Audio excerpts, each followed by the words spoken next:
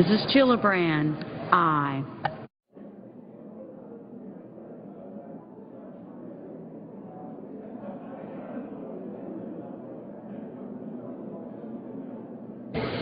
Mr. Udall of Colorado, aye.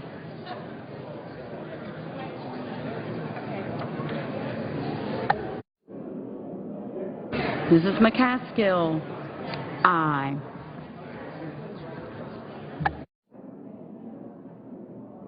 Mrs. Boxer, aye.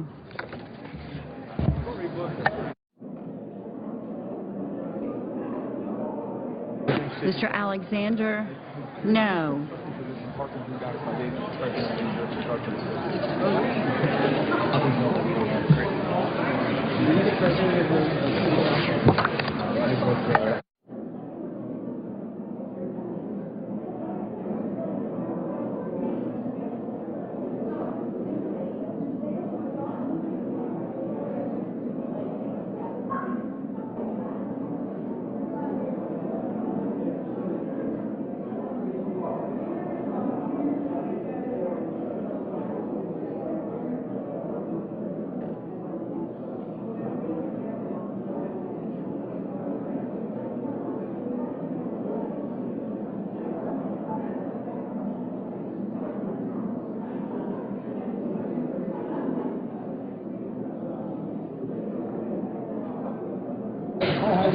Ms. Heitkamp, aye.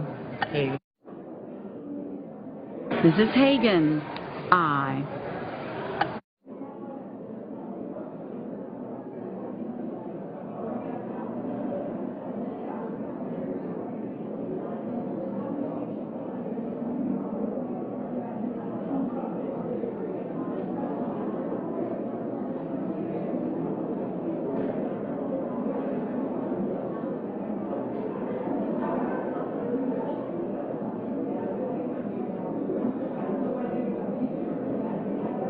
Mr. Durbin, aye.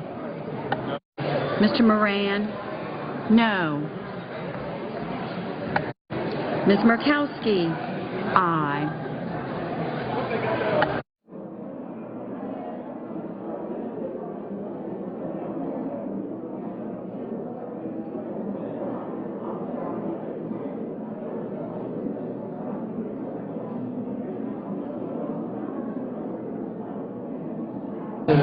Mrs. Feinstein, aye.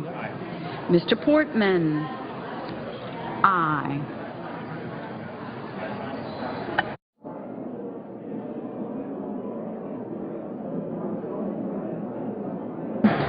Mr. Harkin, aye.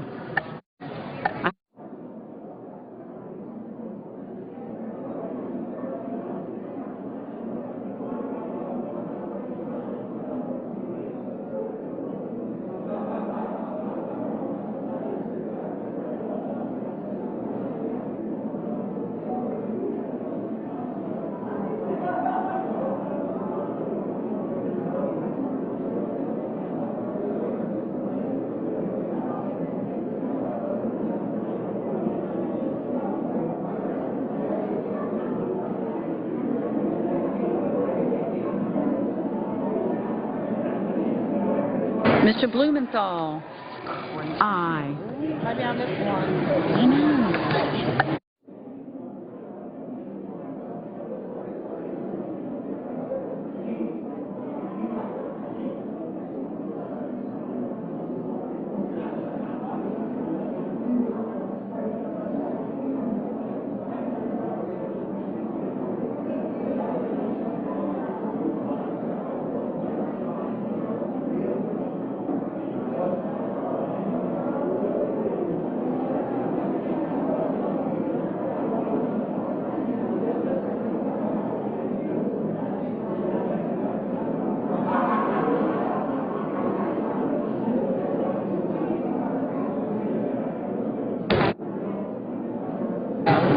Mr. Rubio, no.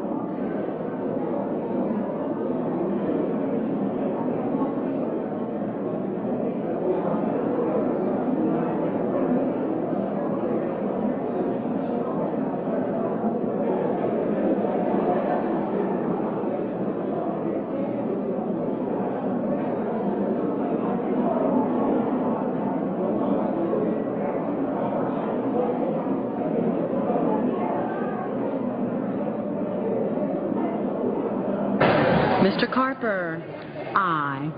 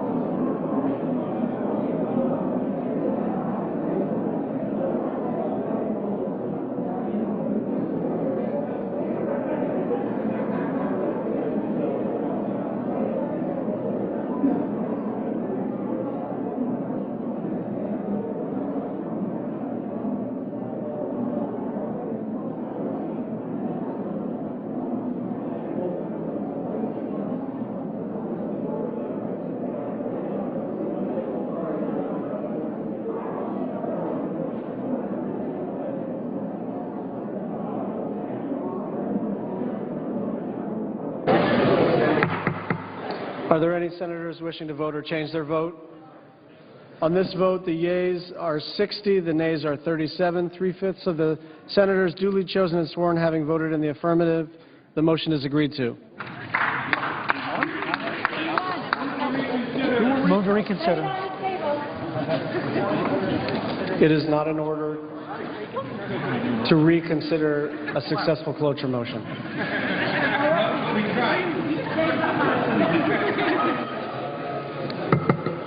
Quorum. The clerk will call the roll. Mr. Alexander.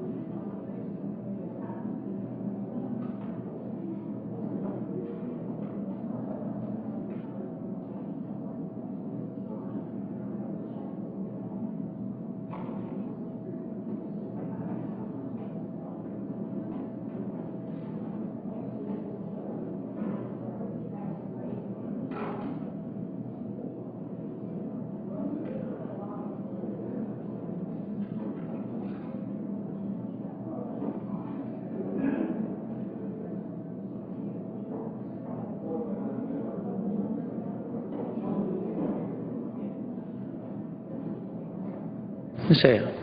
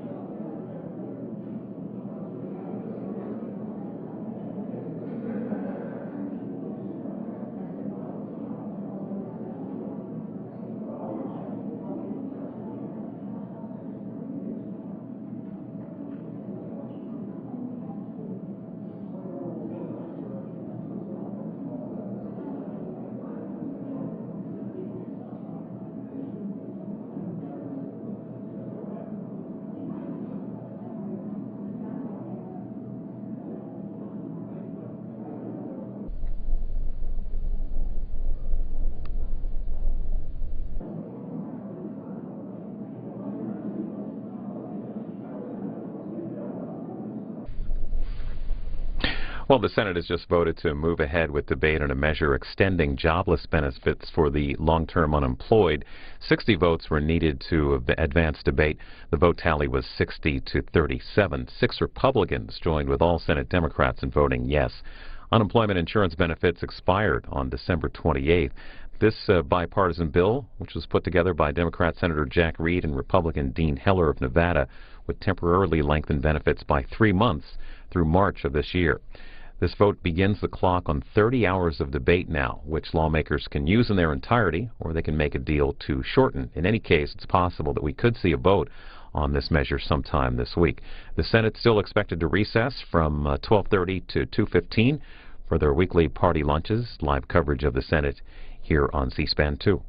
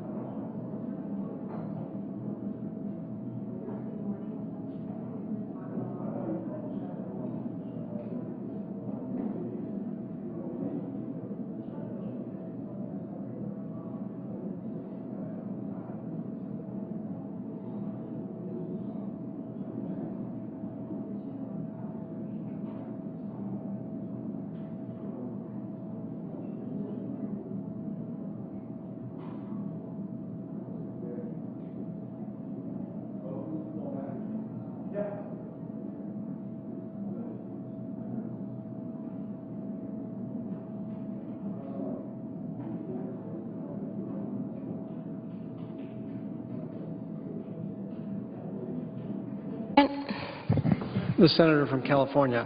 Mr. President, I ask that the quorum call be dispensed with. Without objection. Mr. President, I am so pleased that 6 Republicans, 6 out of all the Republicans joined with us, every Democrat present, to reach that magic 60 votes we needed to proceed to consider the unemployment compensation bill. I think it is so important to recognize that federal unemployment programs have been extended no less than 28 times since 1958. 15 times under Republican presidents and 13 times under Democratic presidents. So this is nothing new. Can I have some water? Thanks. This is nothing new, and the fact that it's been made such a big deal is incomprehensible given the circumstances of us recovering from the greatest recession since the Great Depression, with a very special number, very large number. And I'd ask that there be some quiet in the chamber. Thank you. The fact is we have a long-term unemployment rate that is very, very high, way higher than normal. And the fact is that since we have extended federal unemployment benefits so many times that it shouldn't be a problem, it's shocking that it is a problem. In November 2008, unemployment insurance was extended with bipartisan support without an offset, which seems to be the excuse the Republicans have for not voting with us. Now, what's very interesting about that is these are the same Republicans who voted to go to war twice and put those wars on the credit card. Never paid for them, Mr. President. These are the same Republicans that voted for tax cuts to billionaires and multimillionaires and never paid for it. And yet still, when it comes to the middle class, oh, they can't possibly extend unemployment without paying for it. Well, if anyone knows anything about economics, they should know that when you're trying to stimulate jobs and stimulate the economy, not depress jobs and lose jobs, you don't contract spending. Now, we already have dealt with deficits, and we continue to deal with deficits. Now, I'm going to show you the progress we've made under President Obama. Now, this is something you never hear from the Republicans. They would make you feel that deficits are raging, as they were under George W. Bush.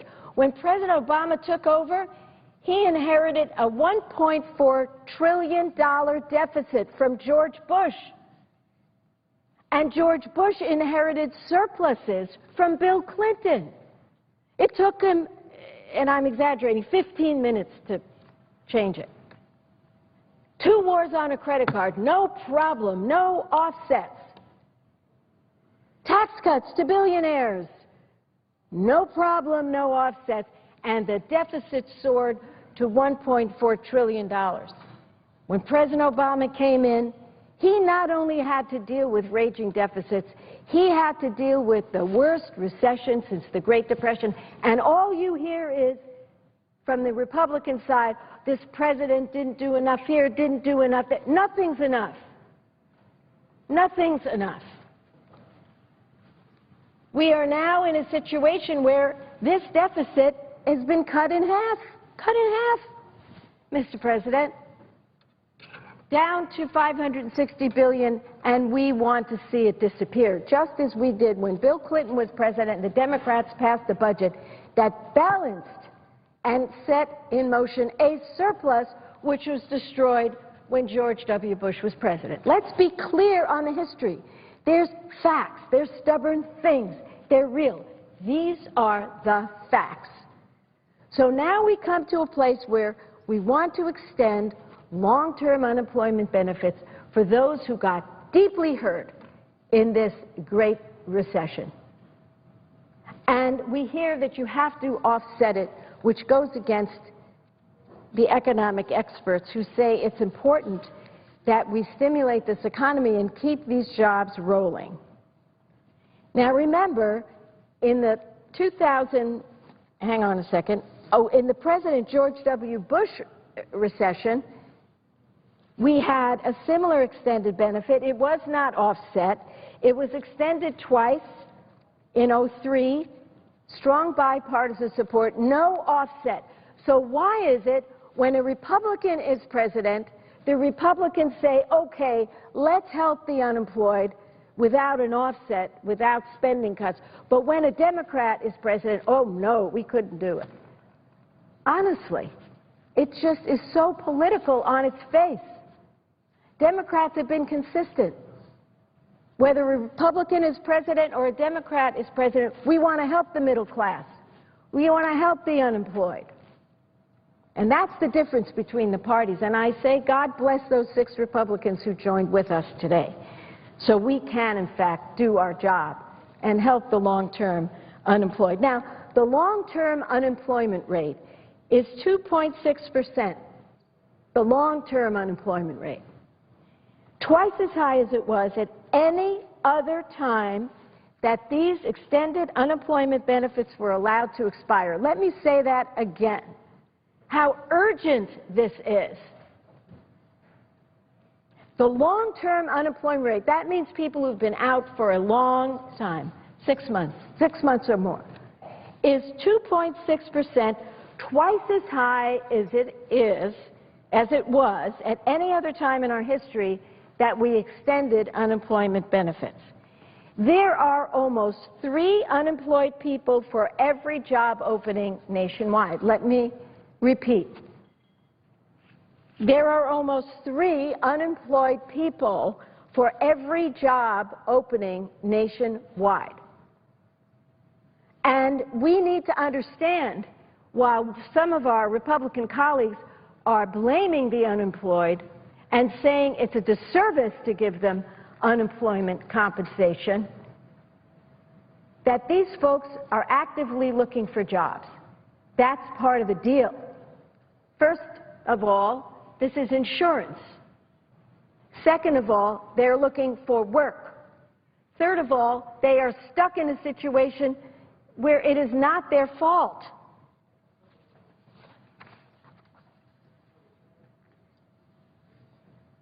A Christmas present was given by the Republicans to the unemployed, 1.3 million, when the Christmas present was, sorry, you're not getting your unemployment benefits.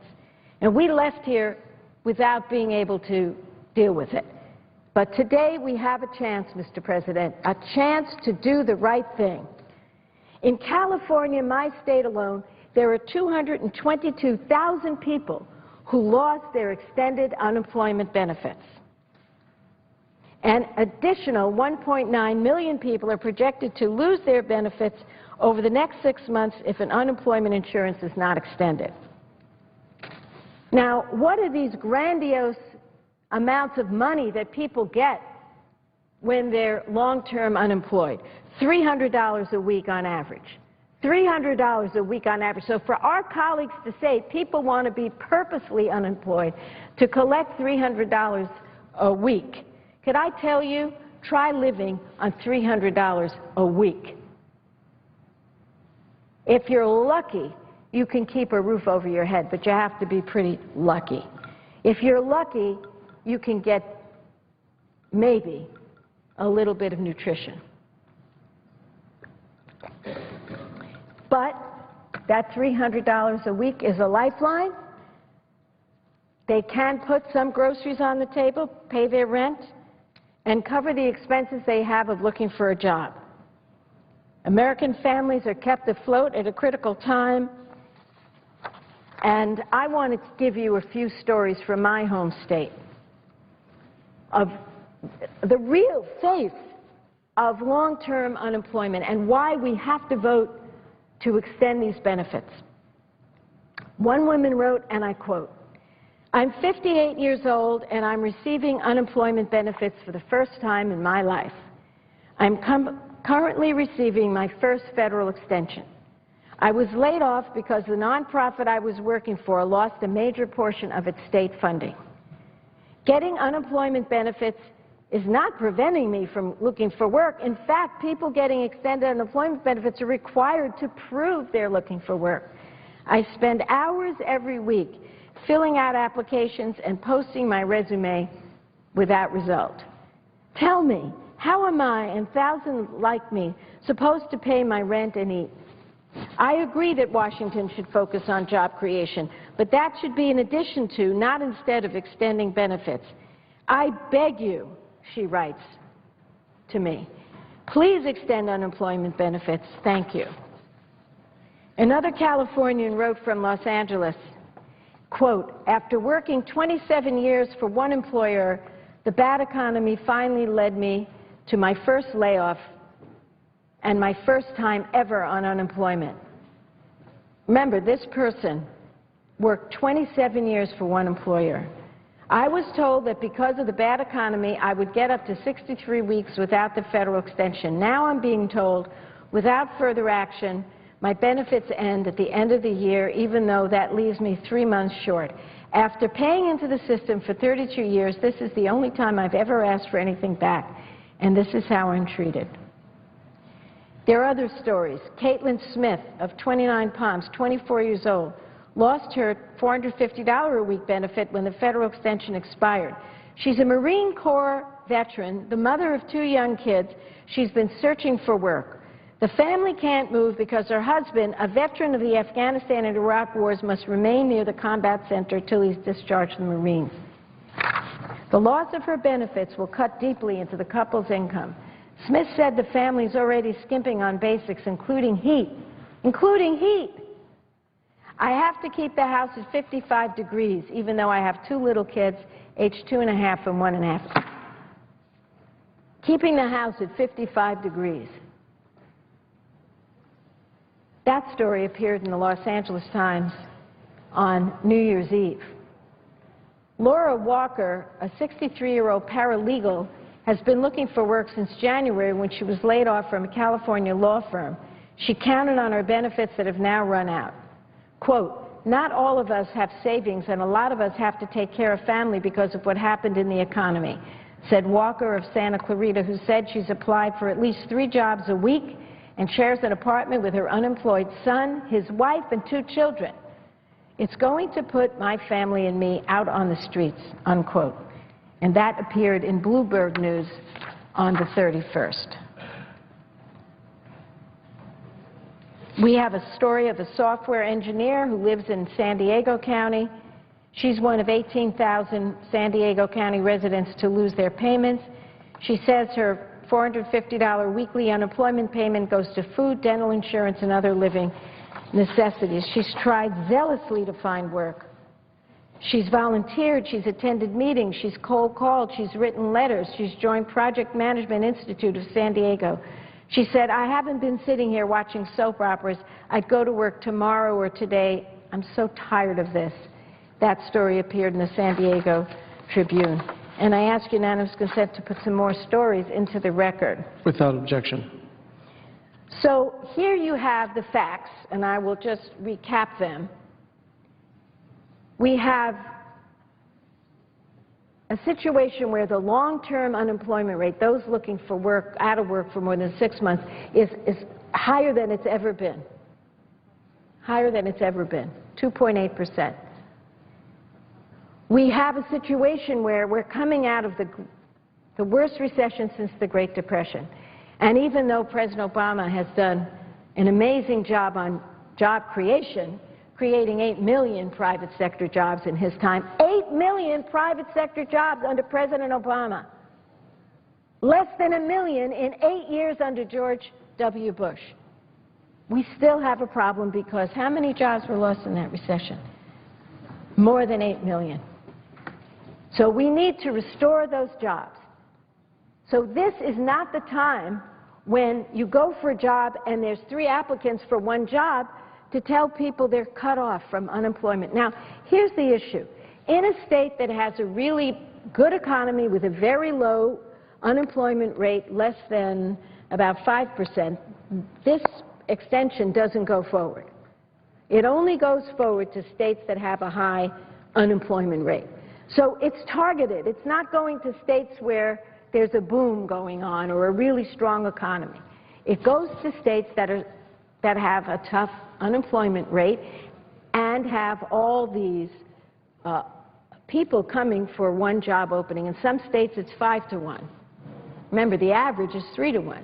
3 people for every job. In some states, they're doing better. Maybe there's just 2 people for every job. But here there's 3 nationally, and in some states way higher. So we're just saying at this particular point in time, let's extend this for a 3-month period, do it without offsets, because when you offset, you cut something else and you constrict the economy at a time when you should be expanding it. 2/3 of the time, we have never paid for unemployment extension.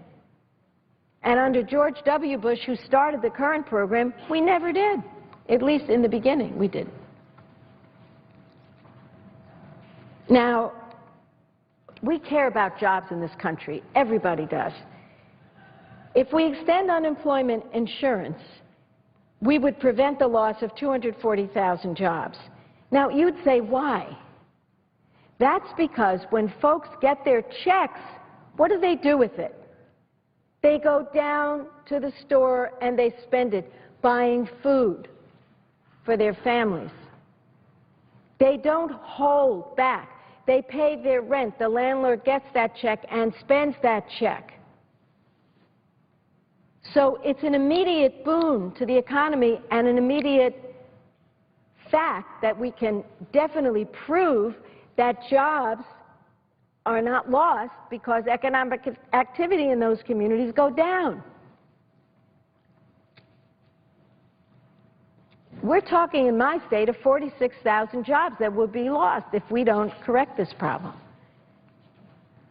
And the Congressional Budget Office has said another year-long extension, if we do this and do it for a year, this particular bill is only a few-month extension, if we did it for a year, we'd add 0.2% to our gross domestic product. Extending unemployment insurance is one of the most cost-effective ways to grow the economy and create jobs. And in the end, that reduces the deficit. So all this talk, oh, let's cut this and cut that to pay for this, it's counterproductive because you will pull back on gross domestic product growth, and there will be less revenues coming into the government. So I don't see how this extension of unemployment is anything but a win-win. It's an obvious win-win. If you took the politics out of it, you'd do the right thing, Republicans, because you've done it in the past. When Republicans were president, you did it without an offset. You didn't hold up a bill. You passed it. You stimulated the economy. We create more jobs. The deficit then goes down even faster than it's going down, and look at how it's coming down.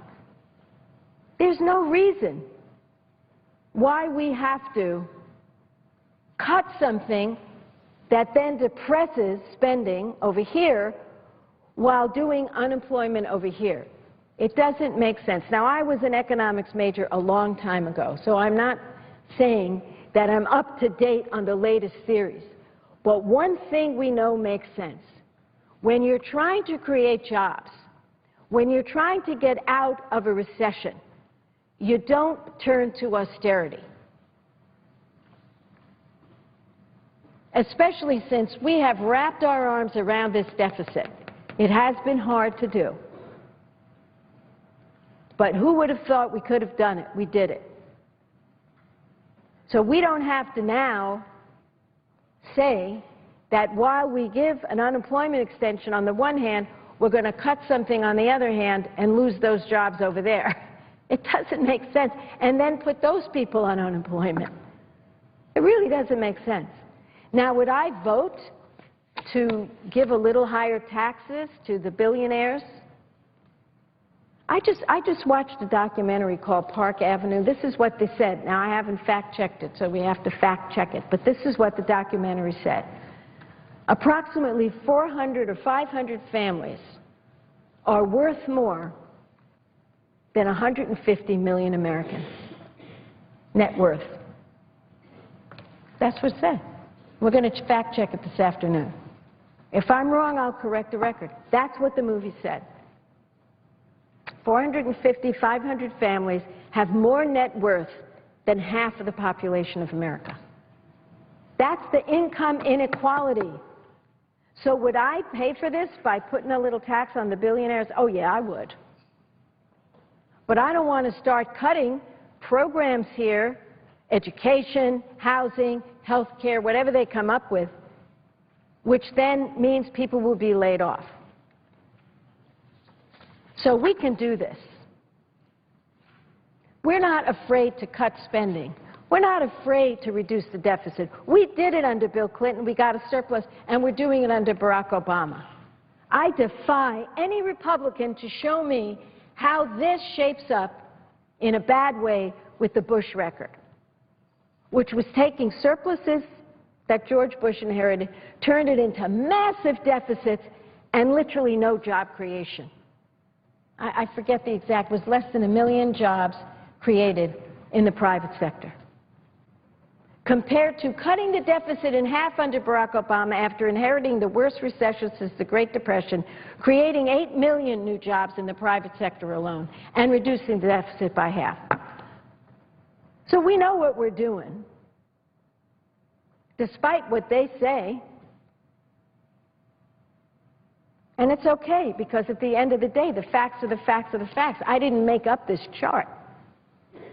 This is a chart that comes from the Congressional Budget Office. These are the numbers that they have. So the stories that I've told and that I've put in the record are poignant. There are people out there who are at their wits' end,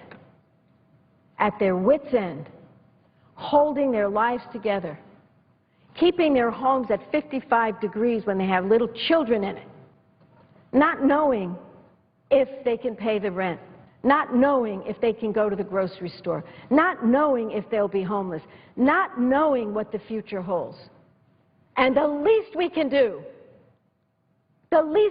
in this chamber is stand up and fight for them. What are we here for anyway?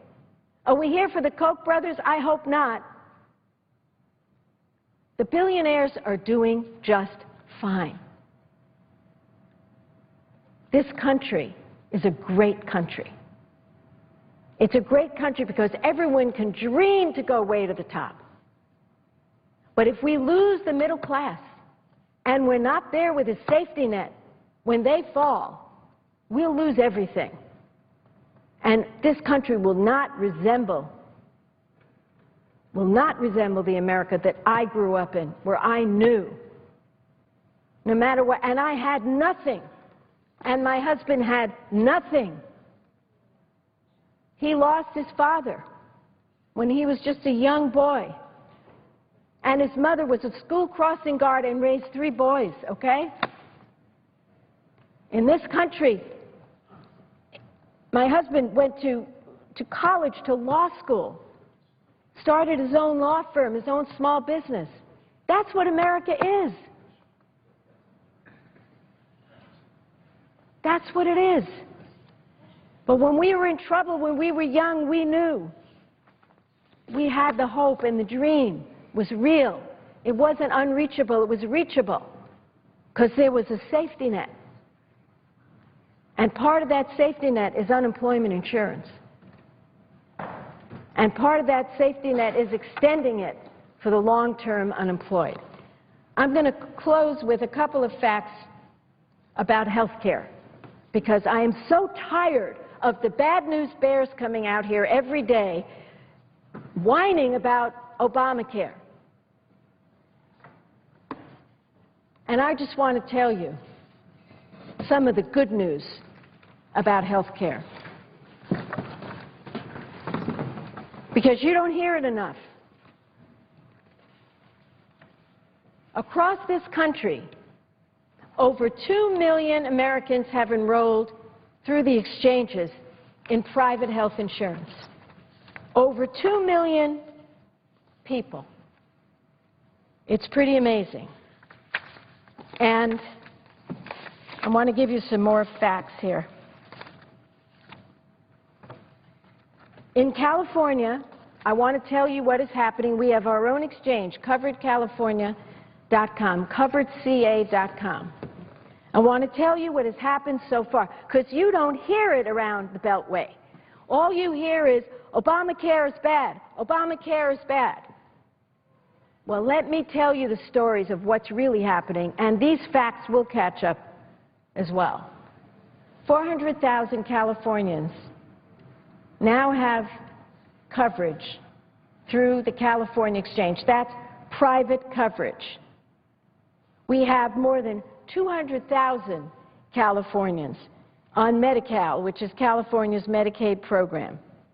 And here's a really great number. More than 1 million California families, that's not people, families, so we're talking probably a few million people, have begun the process of applying for coverage. Across the country, I can tell you today, and we know we've had our bumps in the road, and today we're resolving some of those bumps. We had about 2% of the people who wound up in a problem where they couldn't get the insurance they wanted. And President Obama fixed that problem. And now we've got that 2% problem down to way less than 1%, 0.02%. Very few families. So let's get that clear. Will there be more bumps? Yes. Will we fix them? Yes. Are we still worried about the few thousand families that need our help? Yes. And we'll fix it.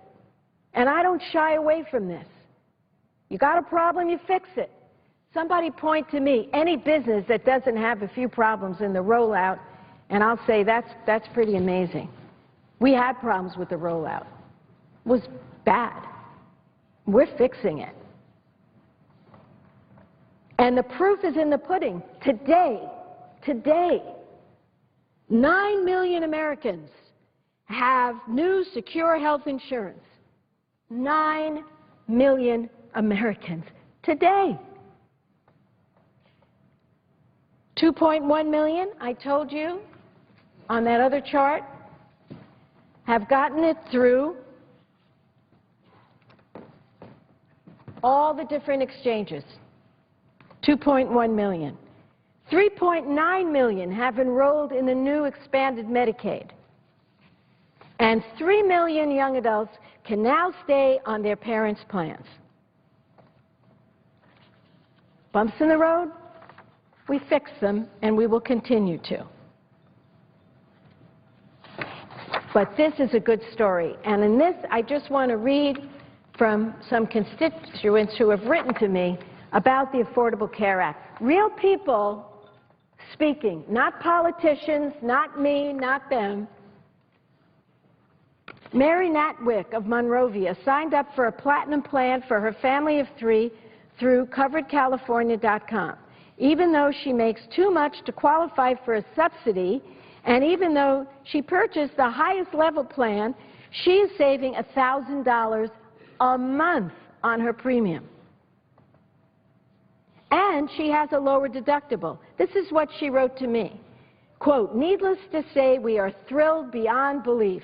Please accept our gratitude and pass on our thanks to all who voted for this bill." So, Mr. President, this is a constituent who likes Obamacare. And Senator Merkley, she thanks you. David Spector of Ventura and his wife are young retirees, 62 and 58. Their old premiums cost $882 a month.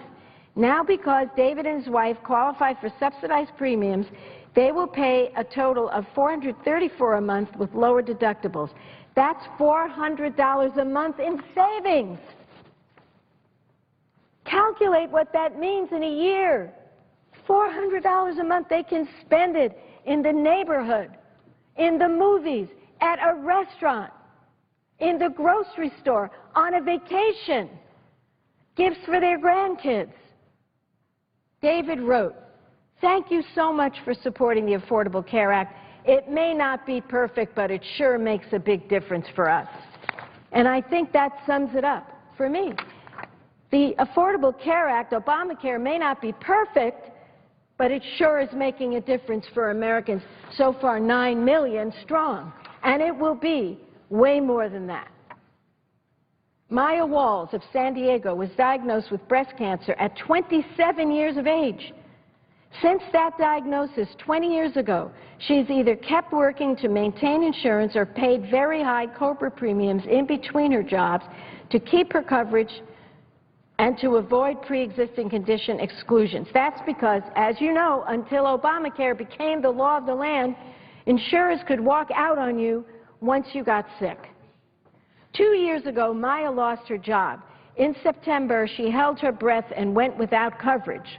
On October 1st, she found out she finally qualified for California's new expanded Medicaid program, which she had never qualified for before. She wrote to me, this is what she writes to me, "Please do not give an inch on the Affordable Care Act. This is the first time I have taken a deep breath in 20 years. Thank you." And I see our new presiding officer. I'm going to retell this story.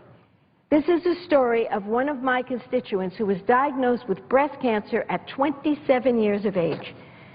Since that diagnosis, she was so scared she'd lose her insurance because of her existing condition that she kept paying very high COBRA premiums. When she finally ran out of options, she lost her insurance, and she just found out she qualifies for the new expanded Medicaid. And this is what she says: "Please do not give an inch on the ACA, the Affordable Care Act. This is the first time I've taken a deep breath in 20 years. Thank you."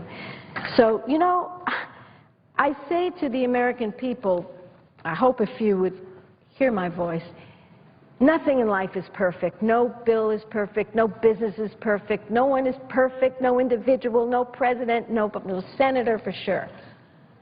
But you see a problem and you do your best to step up to the plate. And if things go wrong, as it did with the rollout, you get mad about it, but you fix it. And you don't go back to the problems we had before, of kids being kicked off their parents' insurance and having no insurance, of people being told, sorry, you have asthma, or you had breast cancer, or you have high blood pressure, we can't help you. Those days are over. Being a woman was a pre-existing condition. Having been a victim of sexual assault was a pre-existing condition. If you were in an abusive relationship, they said, you're just too high a risk, and they walked away. There were lifetime caps on your policies. There were annual caps on your policies. Gender discrimination, pre-existing condition discrimination, all of that. And I'm just going to say, anyone who wants to repeal Obamacare or the Affordable Care Act is going to go back to those days. And by the way, I will never forget reading a California study that said if we hadn't changed health care in this country, we were getting to a place where premiums would have risen to about 50% of our incomes on an average. And at that point, who's going to be able to afford insurance? I met people who were praying on their hands and knees to turn to 65. You know, as you get older, you say, oh my God, I want to stay young. People were saying, let me get to my 65th birthday so I can get Medicare because I have no insurance. That's what I had from my constituents. And now, what do I hear? May not be perfect, but boy, saving my life. Fix what's a problem, Senator. You can. And I thank the President for acting to make sure the people who got those cancellation notices was about 2% of all Americans, that they were able to stay on similar insurance for an extended period of time. So yes, we will fix what the problems are, but we will also rejoice when we get letters like I'm getting from all over my state, and I ask unanimous consent to place the rest of them into the record. Without objection. And we will tell those stories. And we will counteract the stories that we hear.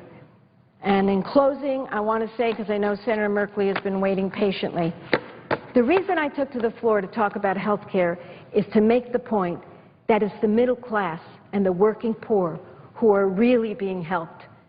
And that's so important in this time of income inequality. And really make the point that making sure we extend this unemployment compensation to the long-term unemployed as they, through no fault of their own, try and keep their house and home together is so critical. And I thank my 6 Republican colleagues who showed courage and stepped up and allowed us to get on this bill, and I hope that we pass it. I thank you very much, and I yield the floor. Madam President, Senator from Oregon. I have 2 unanimous consent requests for committees to meet during today's session of the Senate. They have the approval of the majority and minority leaders.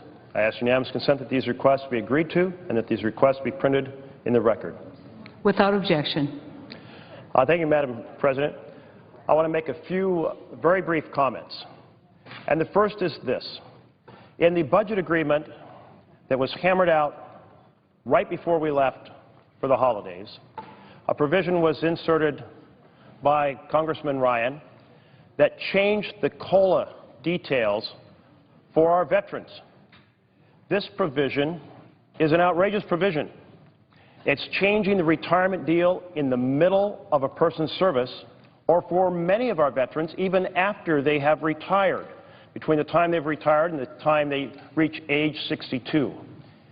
In these coming days of this week, I hope this body can come together and reverse this provision, which unfairly changes the terms of retirement for our veterans. Our veterans have stood up for us as a nation when they're overseas, and we must stand up for them here at home. Second, Madam President, I want to express hope in the bipartisan spirit that just led to an agreement to debate the bill regarding restoring emergency unemployment. I've had 8 town halls over the weekend, and I can tell you that it strikes people as fundamentally unfair that in states with high unemployment, like the home state of Oregon, that these weeks of emergency unemployment, which were a deal hammered out in a bipartisan fashion under a Republican president, President Bush, that this deal should be sent asunder. Indeed, on December 28, 18,000 Oregon's families got a lump of coal in their stocking. And in the course of this coming year, another 58,000 Oregon families will be thrown out in the cold, if you will, due to this action of failing to reauthorize this program. And indeed, the failure to reauthorize it not only affects those families directly who need a longer bridge to the next job because of the high unemployment levels, but it also affects the economy, destroying an estimated 4,000 jobs. Our citizens want to see us create jobs, not destroy jobs. So I hope that the bipartisan spirit that led to us to agree to debate restoring the emergency unemployment program will lead to us actually reauthorizing the emergency unemployment program. Thank you, Madam President, and I yield the floor.